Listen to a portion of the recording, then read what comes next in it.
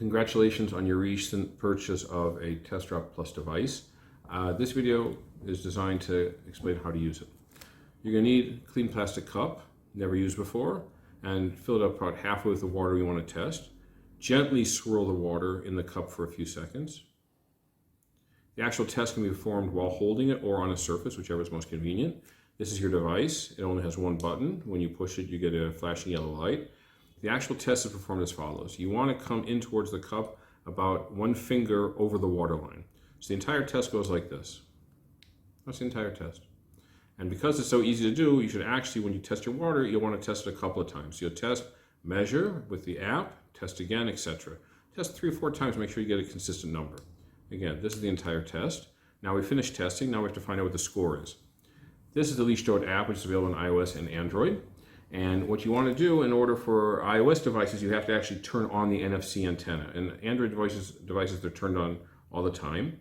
And what we're going to do is we're going to turn on the antenna, and we're going to approach the device in order to allow the data to transfer between the device and the app. So here we've turned on the app, or the NFC. As we approach, you can see that check. That means we got data transferred. And as you can see, the reading here is 100. This is clean tap water, and this is the outcome we expected.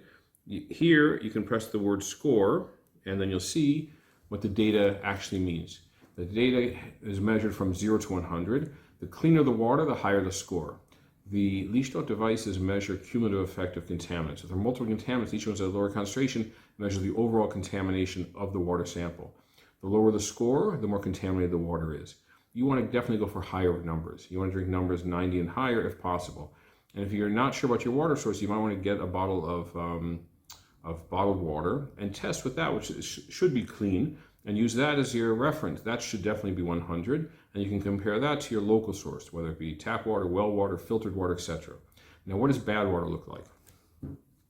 This is a bit extreme, but this is tap water that has actually soap in it. And so again, we do the exact same procedure. We swirl it up for a few seconds, just like we did before. We take our device, hold it about this far away, push, approach, let go. Now, that's the exact same measurement. Let's see what score we got. We're going to do the exact same procedure as we did previously. We're going to turn on the antenna, and we'll approach the device, and let's see what score we got. Oh, we got 0.